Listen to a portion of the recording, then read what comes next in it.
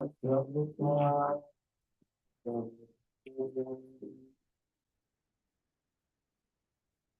on Vishnupada Paramanam Sapri Rajakacharya. Ashtu to the Sapri Shiva, who's one great case of Bhaktivedanta Swami, the Prabhupada, and Prabhupada, the Prabhupada, the Prabhupada, the Prabhupada, the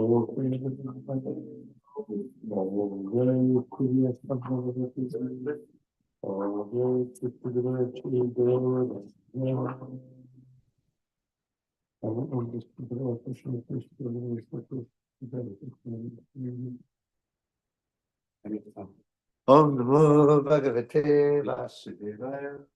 Om Namo Bhagavate Vasudevaya.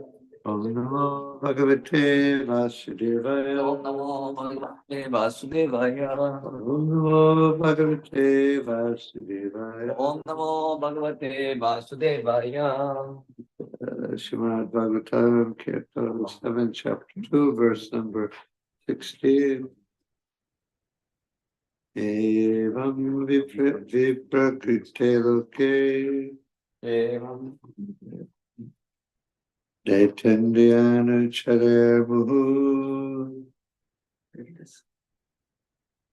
Daityena charer muhu Devam deva parityaja Devam deva parityaja Bhuvi chero lakshitaha Bhuvi chero lakshitaha Evam viprakrite loke Evam viprakrite loke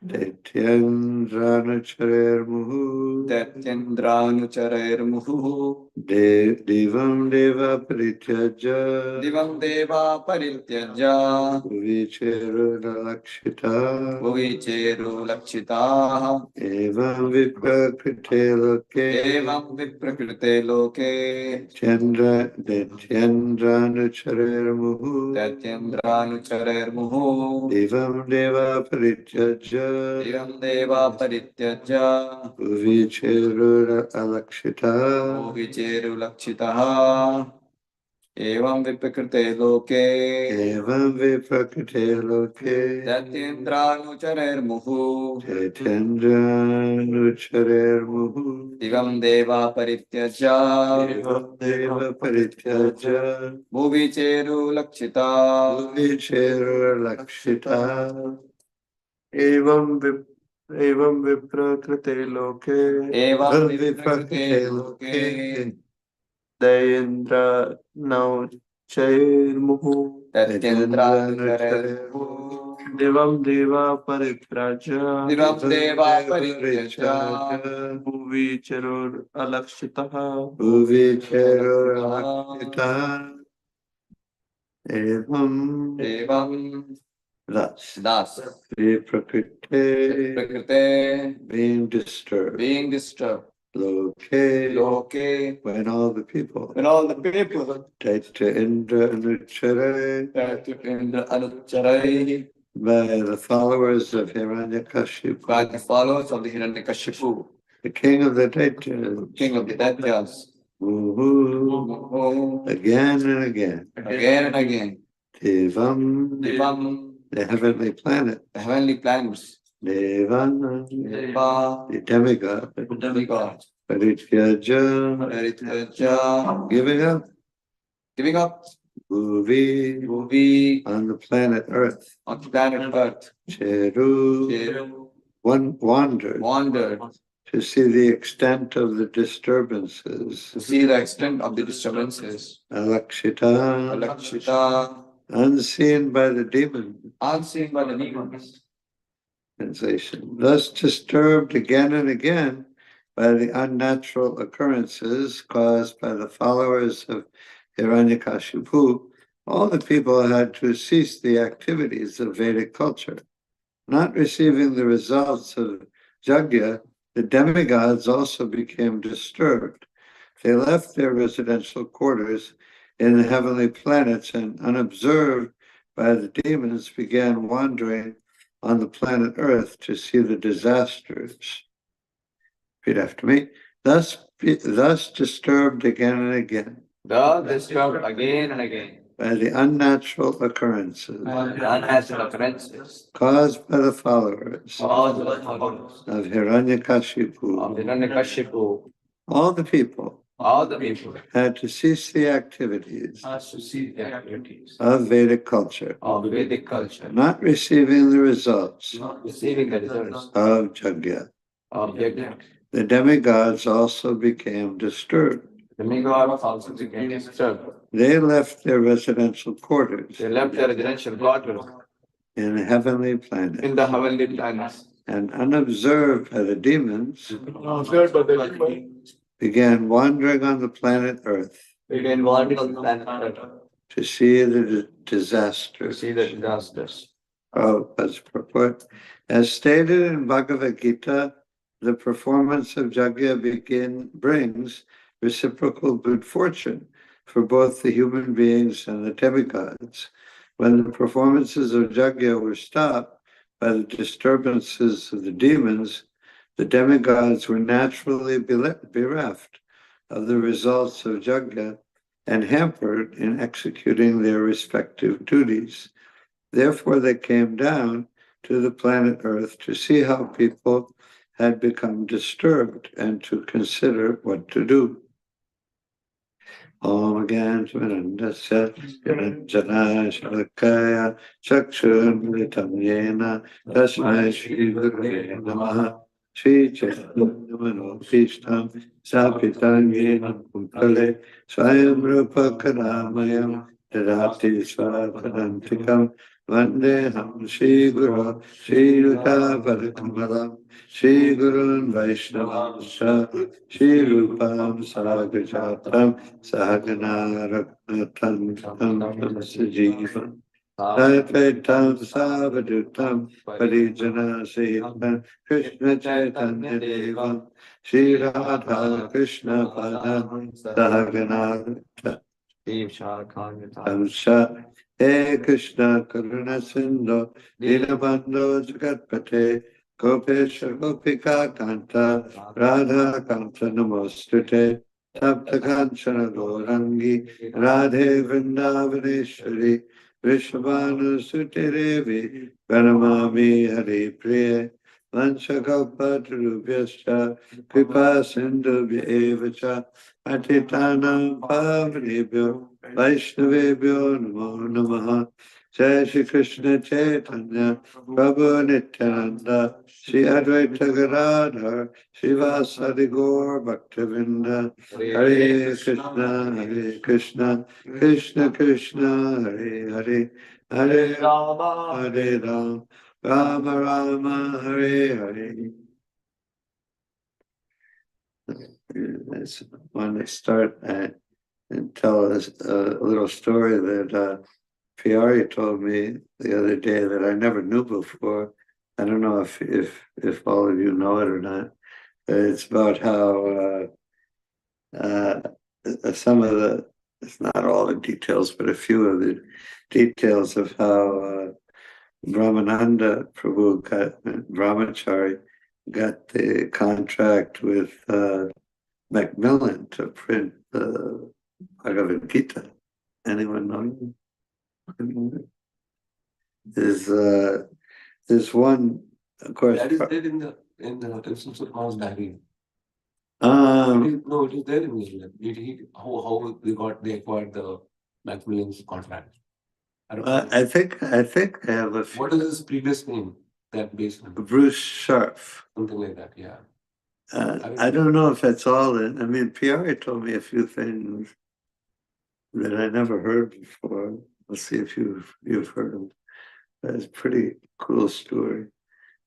The Macmillan at the time was a really big publisher, maybe the biggest in the United States. And back then, people read a lot of books, paper books, and Prabhupada wanted Bhagavad Gita published, and he had been trying. Brahmananda had been trying, but without any success to get it published. And so there's one person who worked at Macmillan, the original album that the devotees put out in like 67, I think, the Happening album has that recording. Yeah, it's all the Hare Krishna, Krishna Krishna.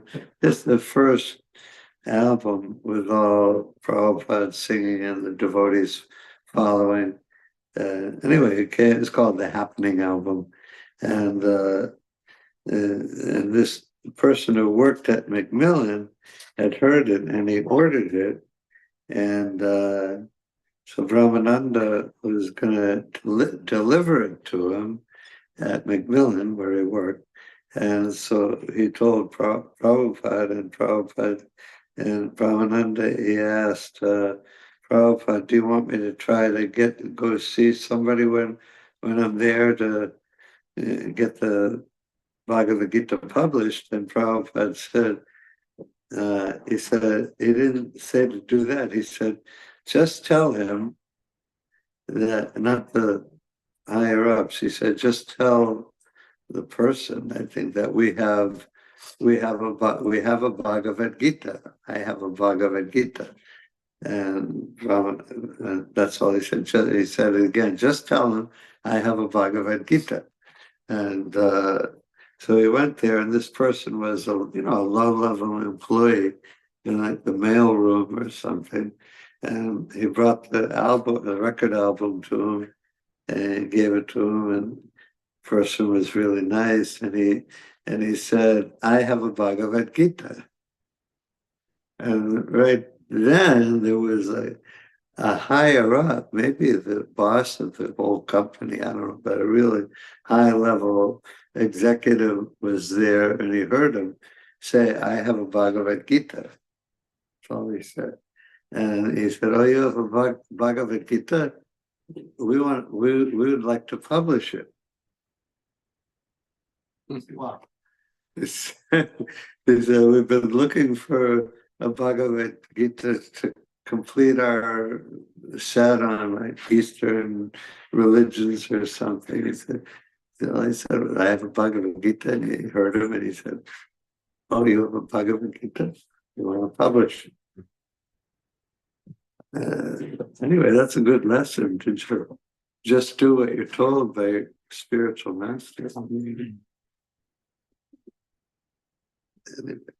I thought that I never heard that story before. I probably read some of it.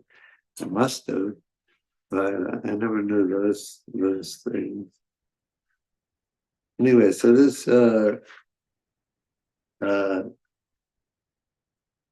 in the verse in the purport about the demons, they want to stop religious practices, and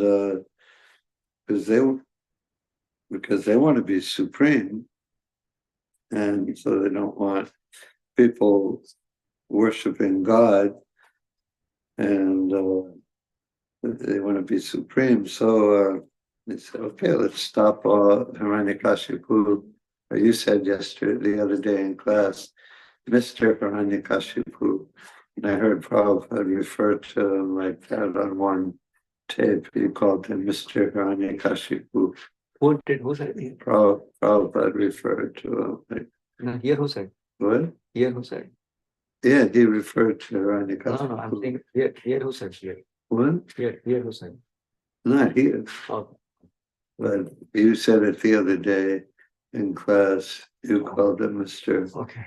Hiranyakashipu. So I remember Prabhupada said that.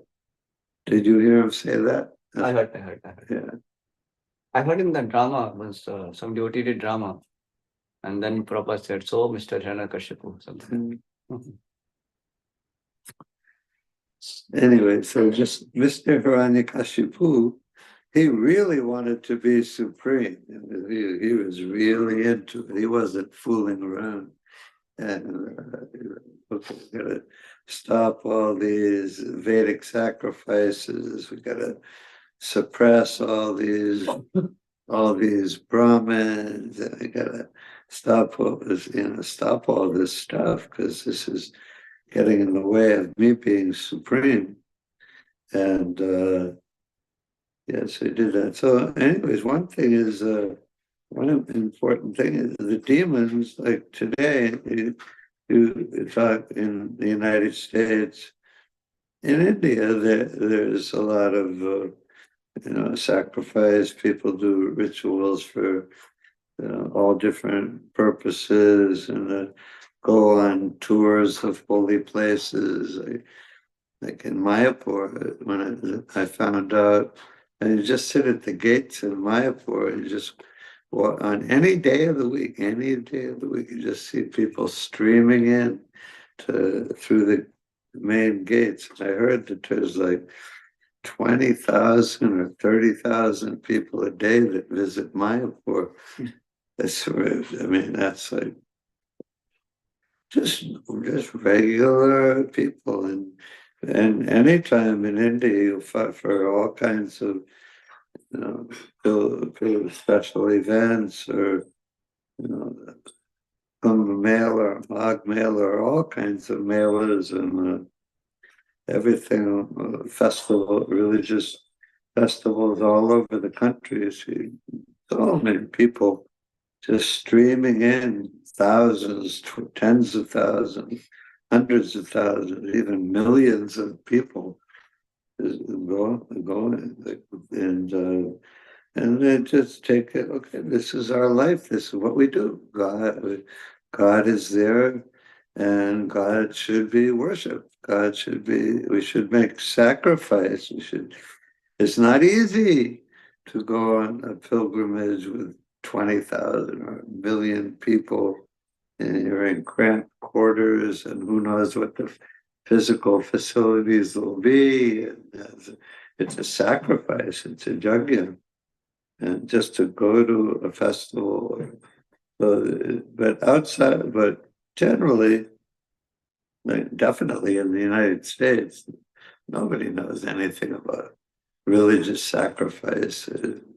They go to church once in a while, or give up chocolate during Lent or something. For 40 days, you give up something that you like. Like, okay, I'll give up chocolate, or I'll give up something insignificant. That's my austerity. And I know, when we were kids, when I was young, in the public schools, they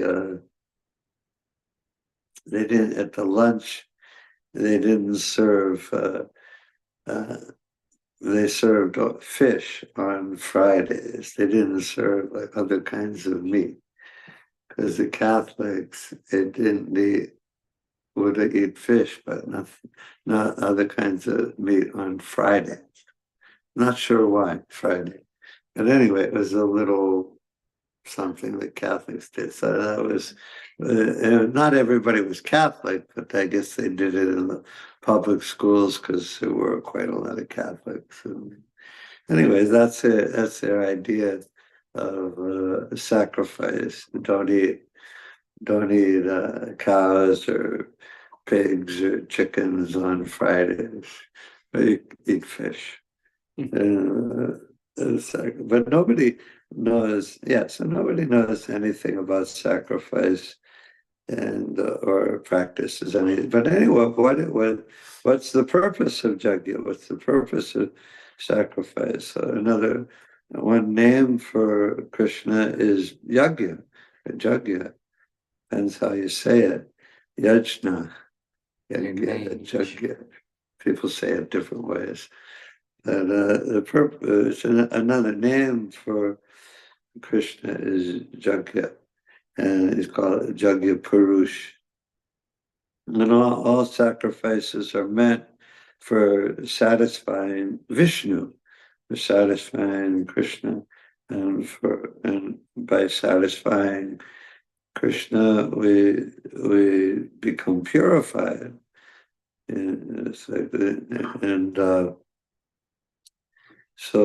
But why should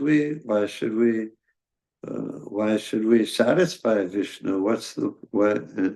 The materialist and non-devotee will say, why should I worry about God? Why should I try to satisfy God with my daily activities with just in the course of my normal life. Why should I worry about God? I say some prayers. I go to church once in a while, maybe, and oftentimes not. But why should I worry in my everyday life whether my activities are pleasing to Krishna? The only concept of sacrifice that people understand is, and practice to a good extent to today, is a sacrifice for the service of their family, sacrifice for the service of their material desires, tongue, belly, and genitals, make all kinds of sacrifices for your sense gratification, and extended sense gratification for the satisfaction of. It's not like nobody cares about anybody. There is still some care for husband, wife, family, uh, even other relatives. And so people, they work hard. It's a sacrifice. It's not easy to have a job and go to work every day. And oftentimes they don't get paid much. Many people don't get paid much at all. They're just barely struggling to keep an apartment and get food to eat. Many people, anyway, but there's some sacrifice involved, and in previous times, it's not very evident these days in the United States, but but there's still some feeling of sacrifice for the country. I got a sacrifice called Boma Ijadi.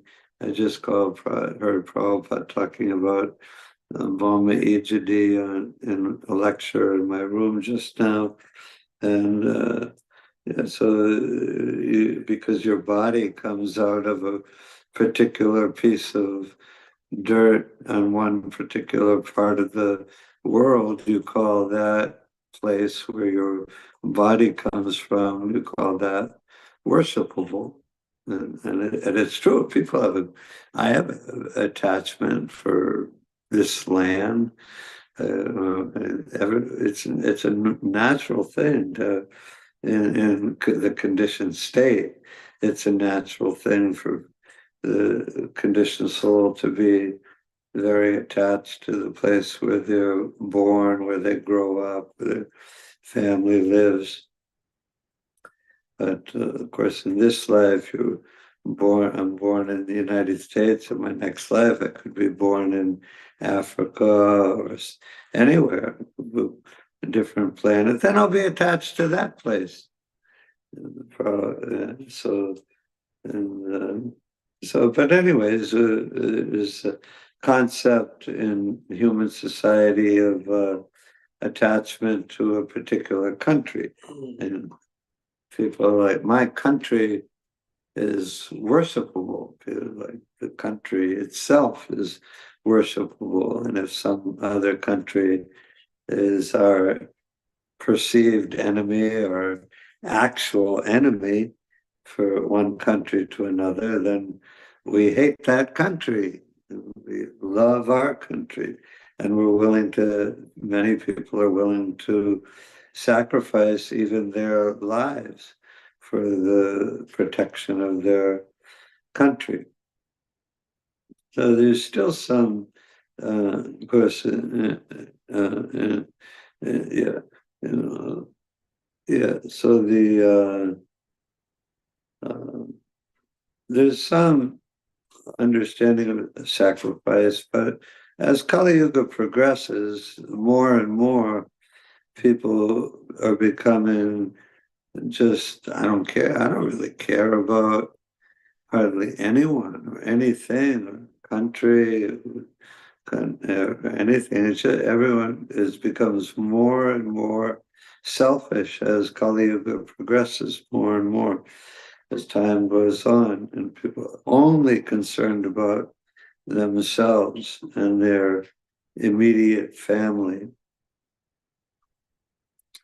Even a lot of times people aren't even concerned about their immediate family. Sometimes fathers or even mothers just abandon their family and run away. And just, I'm tired of this situation. I want to get out of here and get some better sense gratification somewhere else. I'm tired of this. Sometimes even mothers do it, which is the strongest attachment between mother and children. But it's just a symptom. Animals, they have kids, and sometimes when the children are very young, they're still attached to them. But as time goes on, the mothers and fathers and cats and dogs, they lose all attraction or for even their own kids or their animals.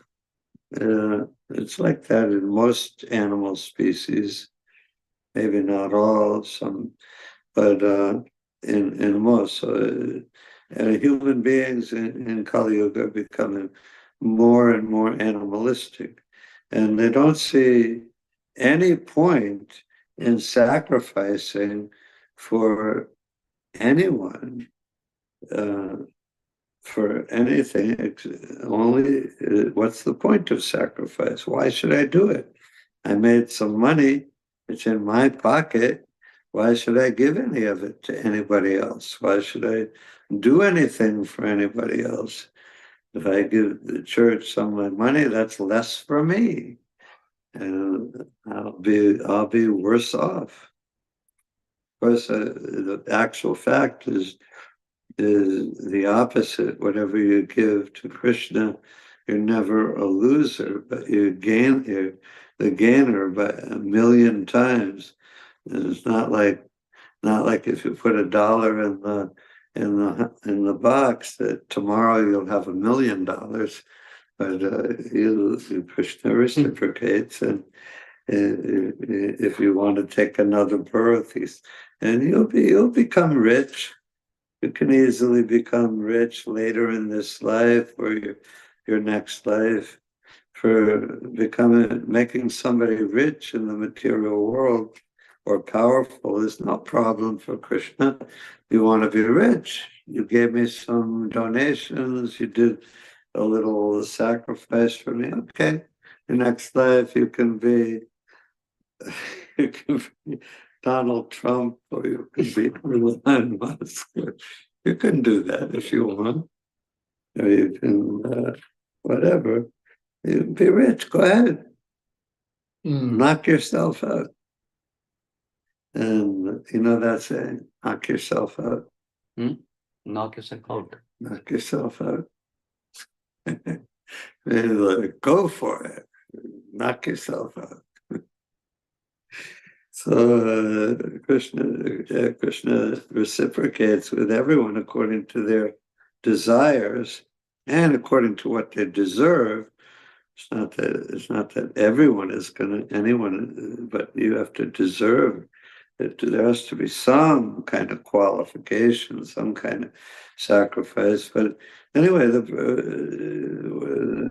Bhagavad Gita, Krishna says, just work done as a sacrifice for Vishnu has to be performed. Sacrifice.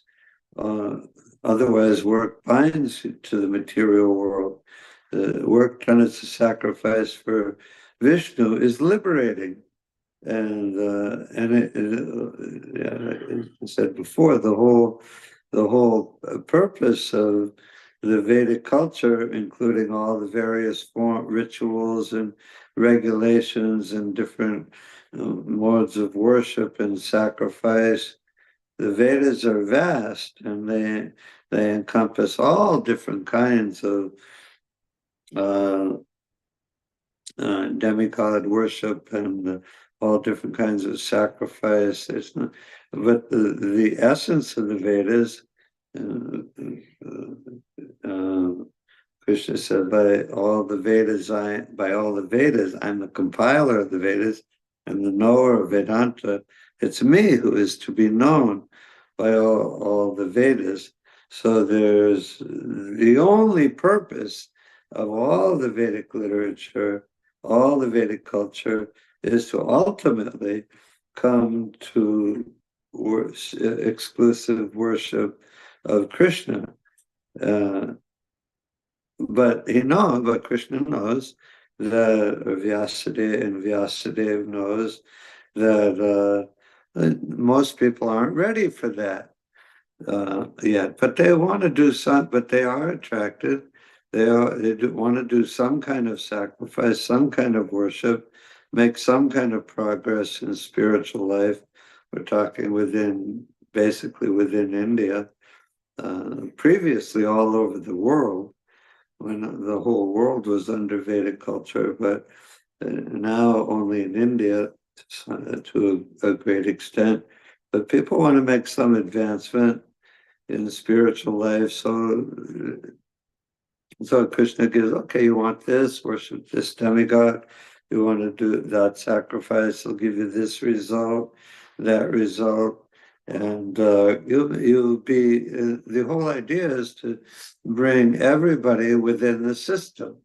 The system is the ultimate, the top, or the goal of the system is to worship Krishna exclusively, but everyone should be within the system, even if your desires are very material, very much into sense gratification, or whatever stage of life or spiritual development you're in, at least you're within the system, and you'll be promoted gradually or quickly, and you'll come ultimately take to bhakti yoga and go back home, back to God. It's facility given in the Vedas for living comfortably and even lavishly, even as a demigod or in the material realm. There's facility for that, but that's not the goal. The goal is to come back home, back to Godhead. And all the Vedas are meant for leading to that purpose. So the point of all the sacrifice and yagyas and all the rituals and austerities, whatever austerities you perform, it should be done for Krishna. So so sacrifice of our time, our energy, our money. I always tell people, devotees, is like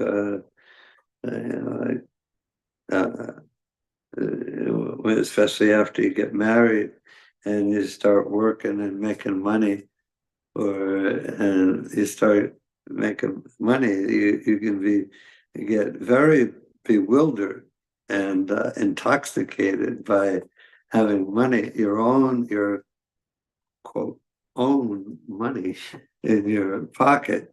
Is very, I experienced that. I lived in the temple for 15 years with no money, and everything was provided by the temple. Then I got married, and I had to start working, and I started working. And as soon as you start working and you start getting that money in your pocket, you're like, look at me.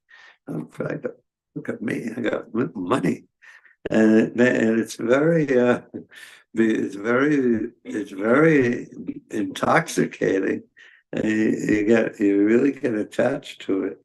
So it's definitely prescribed. One of the very important things for all householders is to give some of your hard-earned money to Krishna, directly to Krishna, for the service of the deities, for the printing of Prabhupada's books, for anything specifically to advance Krishna consciousness.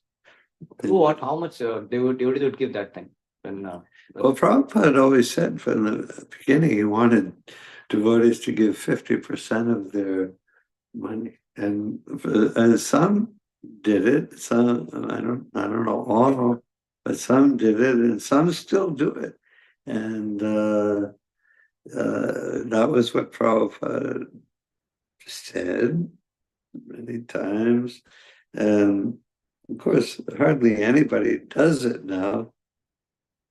But they take care of their family, and the family is a family of nice devotees. So that's also a service to Krishna. There's many justifications that people use. This is, I could get a cheaper car, but I'll get a Lexus or I'll get a Mercedes for 3 times as much money as a decent car because I need to use I need a nice car to use in Krishna's service. You don't need $100,000 car. You could, or 80,000. You can get a $30,000 car. Every car is expensive now. But anyway, there is a tendency, a strong tendency, to find all kinds of justifications for not giving to Krishna, but justify it in our minds. We're, as conditioned souls, we're very tricky. We're very even a little kid is when a little kid is wants some kind of just some kind of sense gratification or wants to hide something that he did that wasn't so good. But a little kid will be he'll be tricky, and because the kids are intelligent too, and they also know how to justify themselves and manipulate their parents, and say, "No, Mom, you don't understand. I had to do that because of this, and this, and this," and the parents know because he is a little kid. He's not very that intelligent yet. So he's pretty transparent. I know from being a kid, you were all kids, and in this light. So the parents can easily see through him. But as we get older and more intelligent, more crafty, more tricky, then we're better.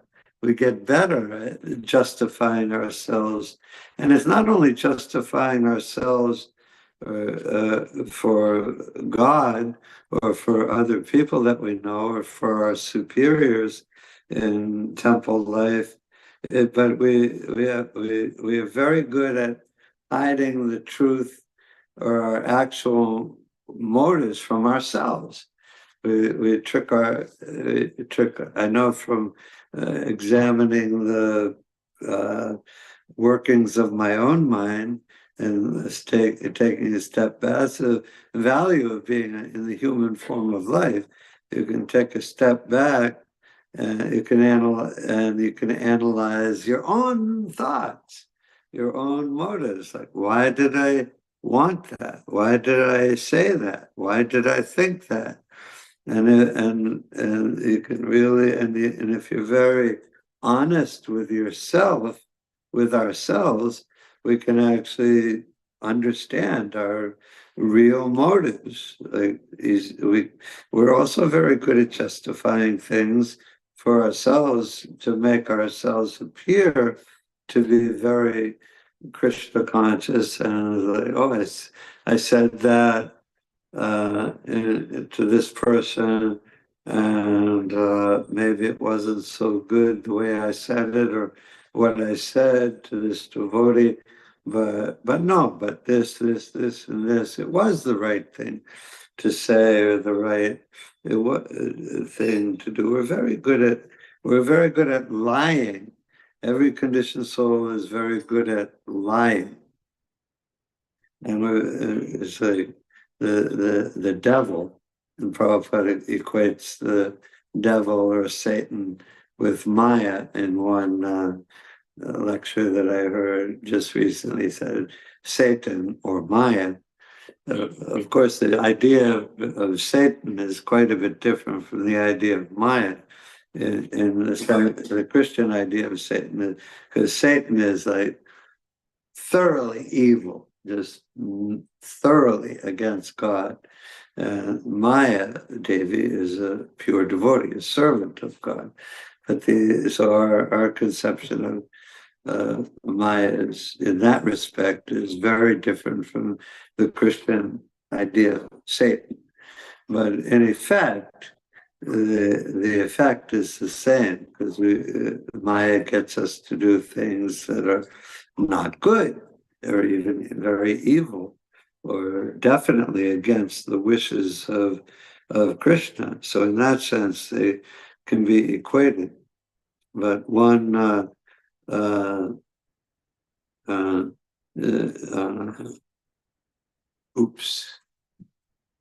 one definition or description of Satan is a liar. Say like Satan in the Garden of Eden, he told Adam and Eve, he said, why can't you eat that apple? God just doesn't want you to eat from the tree of knowledge, because then you'll be like God. And then said, no, you can eat that apple. God said, don't eat it, but why can't you eat it? You can eat it. So that's the Maya is like that. Maya is like that. Yeah, you can have some sense gratification. You can have intoxication, illicit sex, meat eating, and gambling, or all billion variations of those things. You can do whatever you want. Why do you have to follow these religious rules and these sacrifices and everything? You do what you want. So Satan and Maya is a liar. And but having been under the rule of Maya for so long, for millions of births, we've also become expert liars, expert cheaters, and we're so good at it that we can cheat ourselves. We cheat ourselves. We lie to ourselves all the time. You know, when I had my flower stand, there was one federal judge, and he would hear cases in his courtroom every day. He'd come buy flowers from me once a week. A real nice guy, and he said, "What's it like being a judge in a courtroom?" And he just said, "Oh, they're still lying to me." And it's like, that's what people do when they go to court. They lie. How fast were you going? You got a ticket for speeding, and they clocked you at 100 miles an hour. And the person was, oh, Judge, no, I was only going like 45 miles an hour. I know I was speeding, but I wasn't going that fast. And that's what people do when they go to court. They stretch the truth, often stretch it so far that it really kind of, there's no truth left. And so as devotees, it's a characteristic of the jiva soul that we're expert at lying. So we first of all, we take initiate from the spiritual master, and you're not supposed to lie to your spiritual master. And we know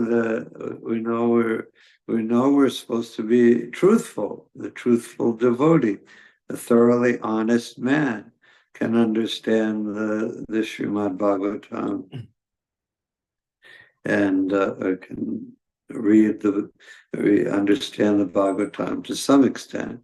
Nobody can understand the Bhagavatam fully. There's even the verse that says, Lord Shiva, he may understand the Srimad Bhagavatam. Lord Shiva may understand the Bhagavatam. Shukadev Goswami, he may understand the Srimad Bhagavatam. Srila Vyasadeva is the author of the Bhagavatam. He may understand the Bhagavatam, or he may not. You know that verse? I forget, Prabhupada quotes it. It's from one of the Puranas. It's not, I don't think it's in the Srimad Bhagavatam. I don't think, but it's definitely a verse for the Prabhupada quotes in some of his purports. So you can, the point is that the Srimad Bhagavatam is the literary incarnation of Krishna. It's Krishna in book form. So you can't understand Sri Krishna fully.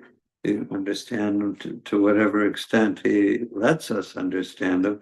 But so you can't, no one can understand the Srimad Bhagavatam fully. So, anyways, we can't understand, but we can come to know Krishna in our own way, in our own individual route. And we shouldn't lie. We shouldn't lie to ourselves. Examine your motives when you think of something. Why did I do that? Why did I think that? Why did I say that? And be honest with it. We have to be honest with ourselves. Oh, there is.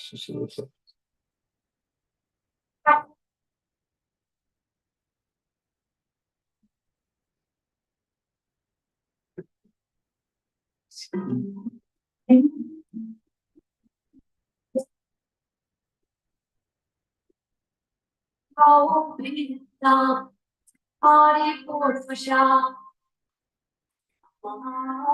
Rajami, Govinda, Hari Purvasha,